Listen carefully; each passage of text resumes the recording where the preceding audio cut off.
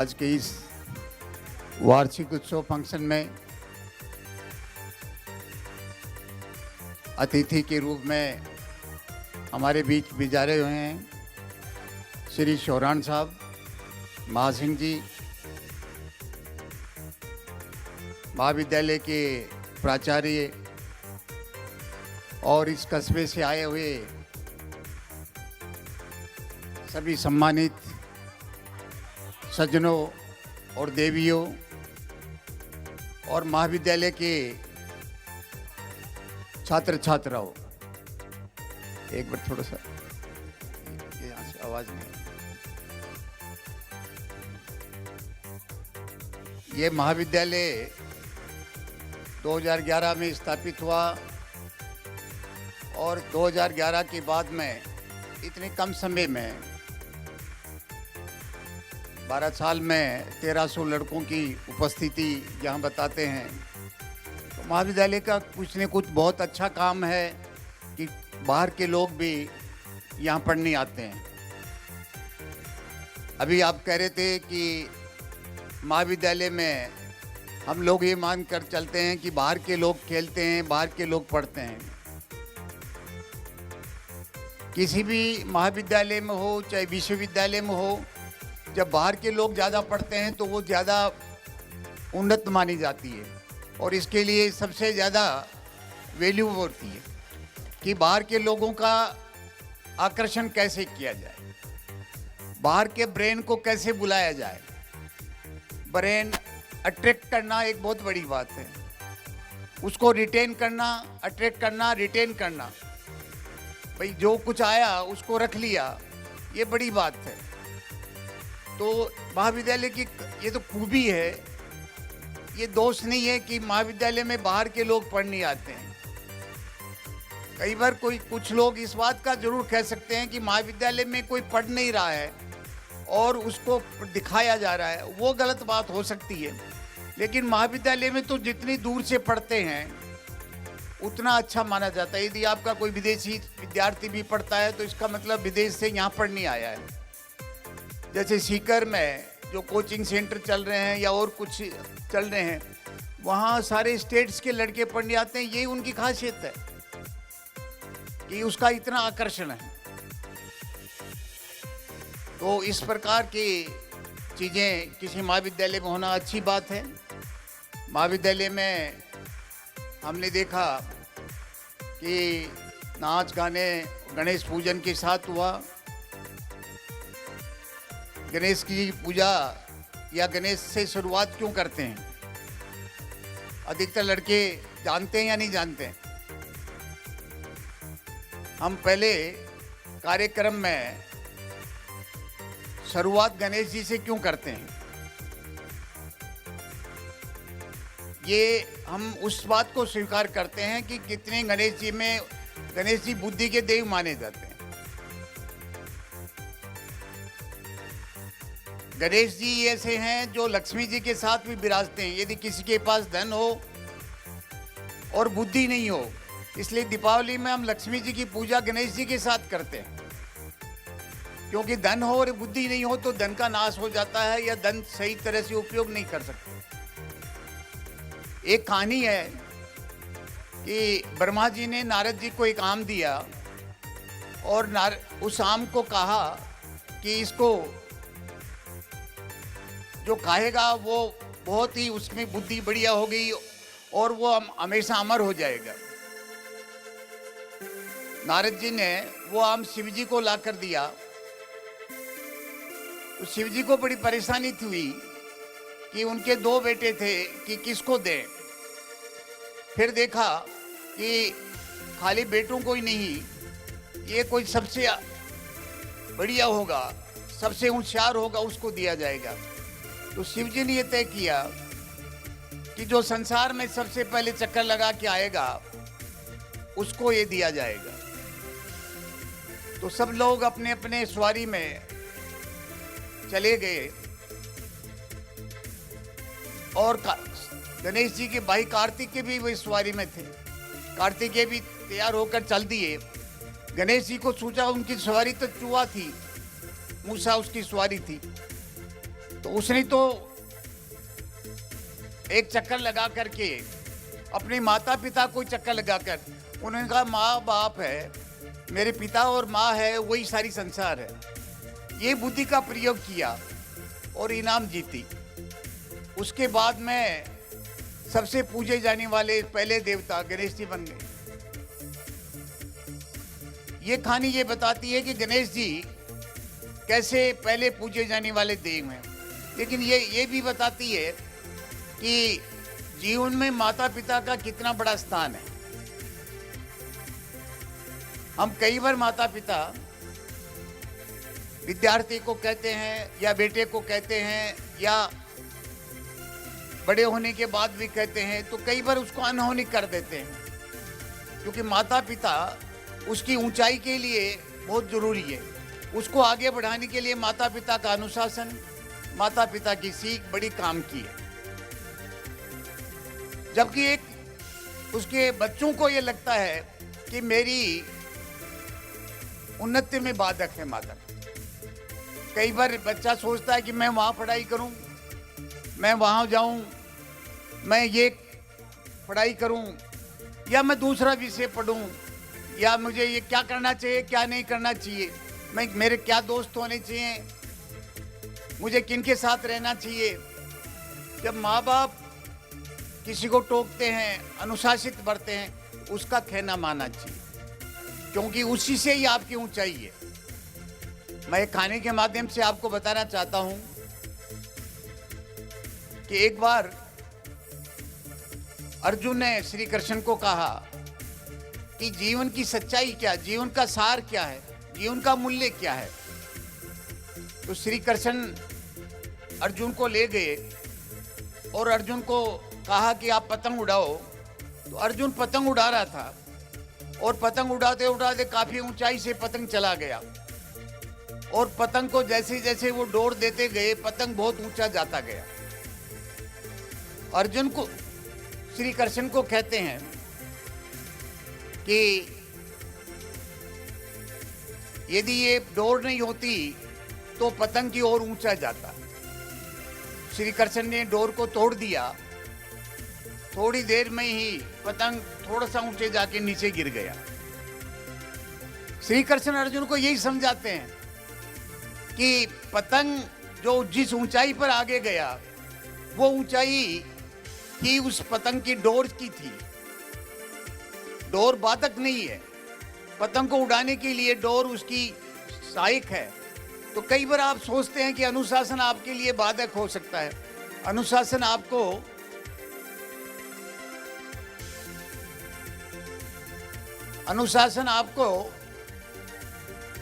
किस तरह से बांधे रख सकता है।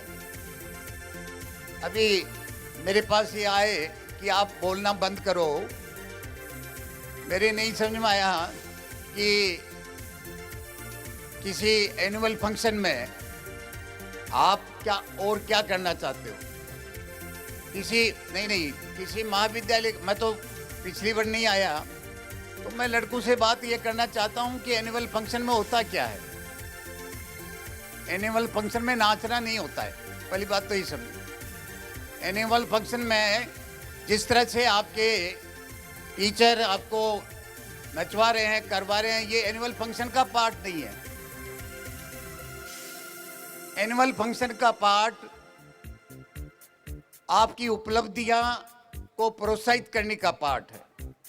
एनुअल फंक्शन का पार्ट आपने साल भर में जो कुछ उपलब्धि हासिल की उसका बखान करना है। एनुअल फंक्शन में आपको अपना चिंतन करना है, मंथन करना है और ये समझना है कहाँ गलती हुई, कहाँ निरीक्षण हुआ, तो अगली साल ऐसा नहीं हो, अगली साल उन चीजों को नहीं किया जाए, और कैसे जो है वो कैसे किया जाए, कैसे आपको समझा जाए, ये चीजें हैं। हो सकता है कि आपकी भीड़ कुछ नाच गाने देखने के लिए आती हो और कुछ लोग आपको इसी काम के लिए ये चीजें करते होंगे, लेकिन मेरा मानना यह है कि पाठशालाओं में एनुअल फंक्शन का ये रूप ज़्यादा अच्छा नहीं लगता। विद्यार्थियों को शिक्षा से संबंध रखना चाहिए, ज्ञान से संबंध रखना चाहिए। यदि विद्यार्थी की श्रद्धा है, यदि विद्यार्थी में गुण है, तो उसके पढ़ाने वाले टीचर यदि काबिल भी नहीं हो तो भी विद्यार्थी बहुत ऊंचा बन सकता है। आपको देखा होगा कि किसी महाविद्यालय में टीचर पढ़ाने वाले कई होते हैं। एक ही टीचर पढ़ाता है सबको, लेकिन महाविद्यालय से एक लड़का इतनी ऊंचाई से निकल जाता है कि वो देश का नाम रोशन करता है, वो प्रदेश का नाम रोशन करता है। क्या उस टीचर का गुण था? यदि टीचर का गुण होता तो सारे विद्यार्थी आगे बढ़ते हैं। एक महाविद्यालय की स्कूल में मेरिट में नंबर आता है तो टीचर तो सबको एक से ही पढ़ाता है, लेकिन एक लड़के का मेरिट में नंबर कैसे आया, वो किस वजह से आया? वो लड़के के गुण के कारण से, टीचर की वजह से नहीं आया। तो टीचर कभी अच्छे भी नहीं हो यदि लड़कों में श्रद्धा है, डिवोशन है, समर्पण है, कमिटमेंट है, डिसिप्लिन है, उसकी कैपेबिलिटी है, तो वो आगे बढ़ सकता है। जैसे आपको ये है कि यदि बीज अच्छा है तो यदि जमीन में ज्यादा उपजाऊ नहीं है तो भी वो बीज अच्छी पेड़ बन सकता है, अच्छी फसल तैयार हो सकती है। लेकिन जमीन अच्छी हो और बीज है खराब हो तो उगेगा ही नहीं, चाहे जमीन कितनी अच्छी हो। इसलिए आप लोगों का मूल्य इस बात का है कि आप लोग कैसे हो, स्टूडेंट कैसे हैं, उसमें कितना डिवोशन है, कितना डिसिप्लिन है, कितना समझ है, कितना सोचते हैं, समझते हैं। मैं एक बात पूछना चाह रहा हूं, ज्यादातर लोग सोचना और समझना एक ही बोलते हैं। सोचना और समझना क्या है? क्या एक ही है? सोचना अलग है और समझना अलग है, लेकिन साथ बोलते हैं कि सोच समझ के बात करो, जबकि दोनों बातें एक साथ नहीं होती। सोचते हैं आदमी, जो भी कोई व्यक्ति सोचता है तो सोचता है उसके अंदर कल्पना होती है, सोचता है उसके अंदर उसको कई तरह के सवाल उठते हैं उसके दिमाग में। जब आदमी सोचता है तो इस तरह से है कि अंधेरे में भी, जैसे अंधेरे कमरे में बिल्ली हो और उसकी तलाश कर रहा है, जबकि बिल्ली है ही नहीं वहां पे, कोई चीज उपस्थिति नहीं है तो भी सोच रहा है आदमी, अनुपस्थिति में सोच रहा है, प्रश्न कर रहा है। जो समझता है, समझने में प्रश्न नहीं होते हैं, समझने में उत्तर होते हैं, सोचने में उत्तर कभी नहीं होता है। सोचने में सवाल ही सवाल आते हैं, जब सोचोगे तो आपके तरह की तरह आएंगे, सवाल ही सवाल आएंगे, और जब समझ बढ़ जाएगी तो खाली उत्तर ही उत्तर आपके समझ में आएंगे, आपका अनुभव बढ़ता जाएगा। तो आपकी पढ़ाई में आप किस तरह से सोचते हो, किस तरह से समझते हो, आपके गुणों को कैसे आप तैयार करते हो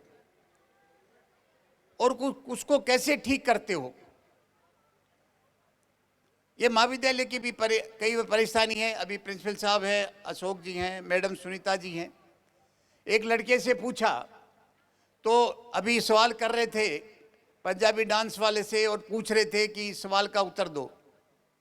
मुझे याद आया कि एक लड़के से, या यूं कहिए एक टीचर से पूछा, लड़के से पूछना नहीं, एक टीचर से पूछा एक लड़के की पेंटिंग के बारे में। एक पेंटिंग बनाई, जो लड़का था वो प्रिंसिपल का लड़का था, और दूसरा लड़का ने पेंटिंग बनाई, वो मालिक का लड़का था। यानी एक आपकी स्कूल के अशोक जी का लड़का था, एक सुनीता जी का लड़का था। अब टीचर से पूछा गया कि किसकी पेंटिंग अच्छी है,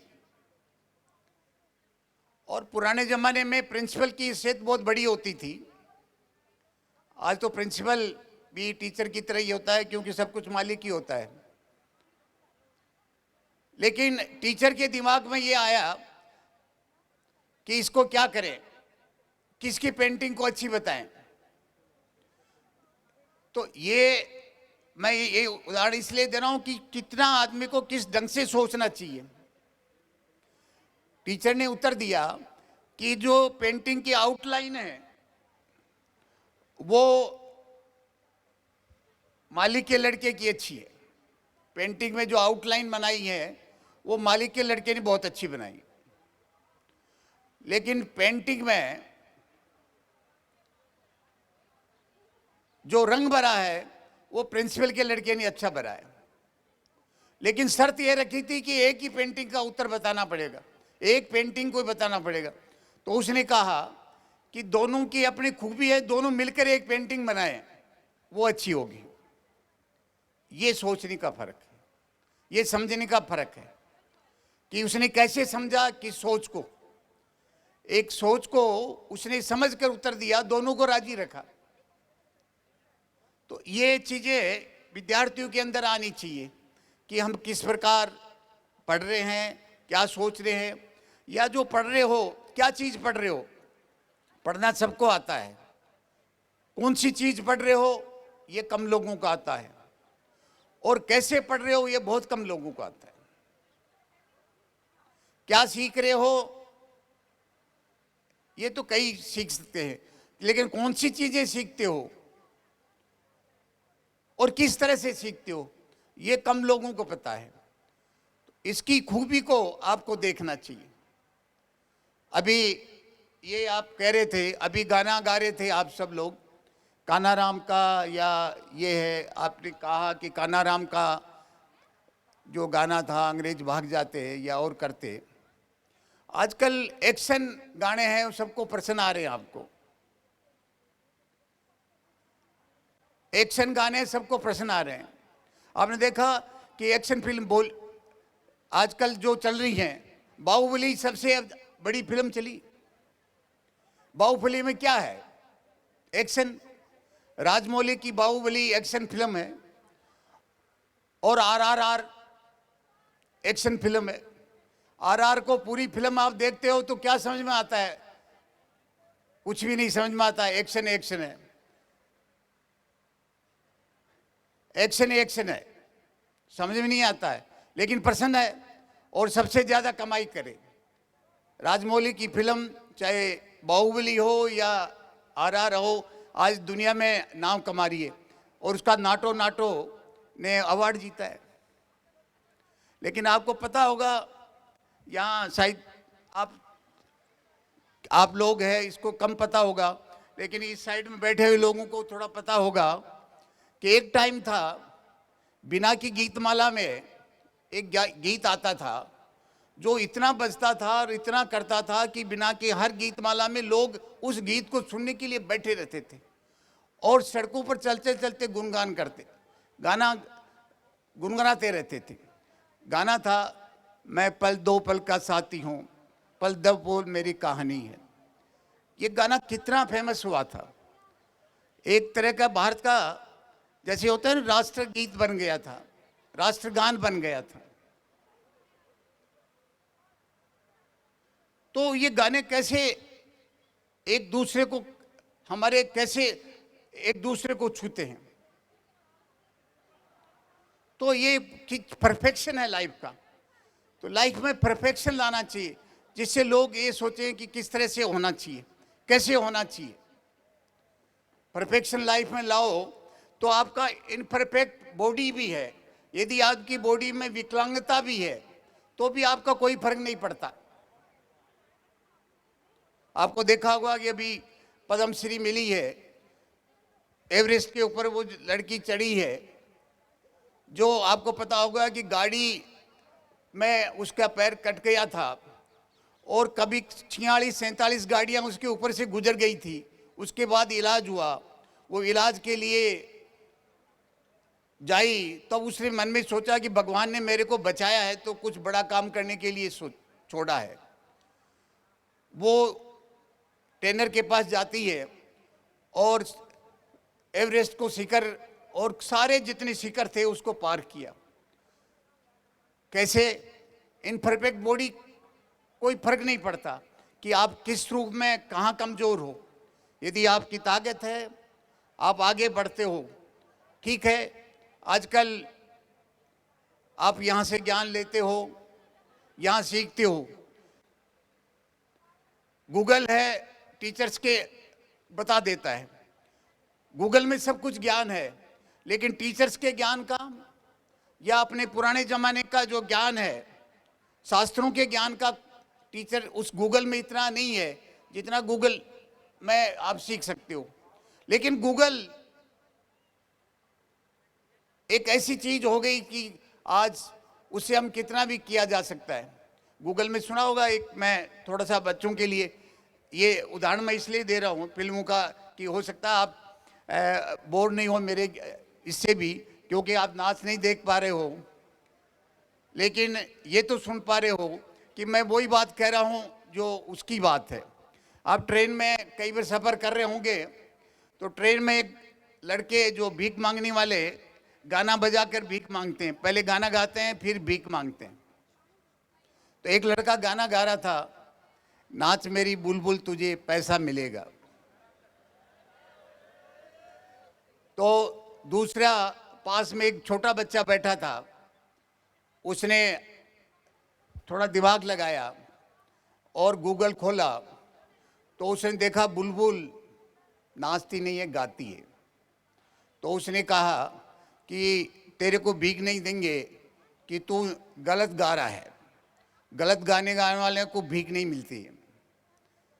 यदि कहाँ पर स्टेज पर आप गलत गाना गा दिया या गलत आपने डांस किया किसी दूसरे के नाम से किसी और है, तो उसने कहा कि भाई हम ताली नहीं बजाएंगे। ये ताली के लिए कहते हैं ना कई बार ताली बजाओ, कि लेकिन यदि गलत है तो कहीं क्यों बजाएं ताली। तो उसने भीख नहीं दी। उसके भी समझ में आ गया तो दूसरे डब्बे में जाके बोलने लग गया, गाना गा मेरी बुलबुल तुझे पैसा मिलेगा। तो दूसरे डब्बे में कुछ बुजुर्ग लोग बैठे थे, उसने कहा अरे ठीक गाना तो ठीक गा। तो बोले कि बाबा जी आपको पता नहीं, गूगल देख लो, गूगल में बुलबुल अब नाचती नहीं है, गाती है। तो किस तरह से आप अपने ज्ञान को अपडेट कर सकते हैं, किस तरह से गूगल के माध्यम से अपने आप को कैसे ठीक कर सकते हैं, ये आपकी एक किस तरह की समझ होनी चाहिए। उस समझ से आप अपने आप को, अपनी समझ को कैसे ठीक कर सकते हैं। ये मैं उदाहरण आपको इसलिए दे रहा था कि आपने इस समझ को ठीक करने के लिए आपको होना चाहिए। कोई गाना नहीं गाए या कोई यहाँ इनाम नहीं जीते, या कबड्डी में इनाम जीते और उसमें वॉलीबॉल में या दूसरे गेमों में जिसके नाम से ये महाविद्यालय आज ख्यात नाम है कि खेलों को बड़ा महत्व देती है।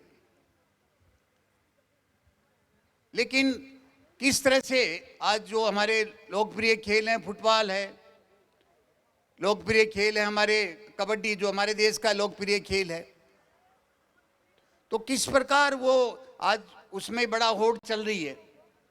जैसे अभी ये कह रहे थे विराट कोहली आ रहा है, तो विराट कोहली कोशिश कर रहा है 49 के लिए, 46 है, तो वो किस प्रकार अपनी लोकप्रियता को आगे बढ़ाने की कोशिश कर रहा है।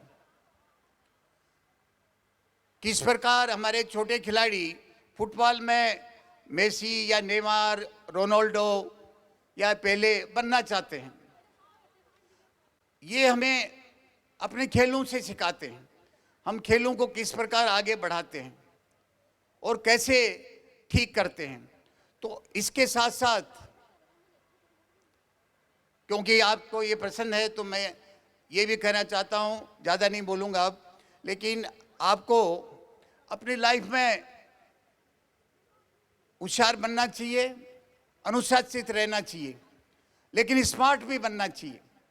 यदि गलती भी होती है तो उसको स्मार्टनेस आपकी इतनी बढ़िया हो कि गलती का पता ही नहीं चले।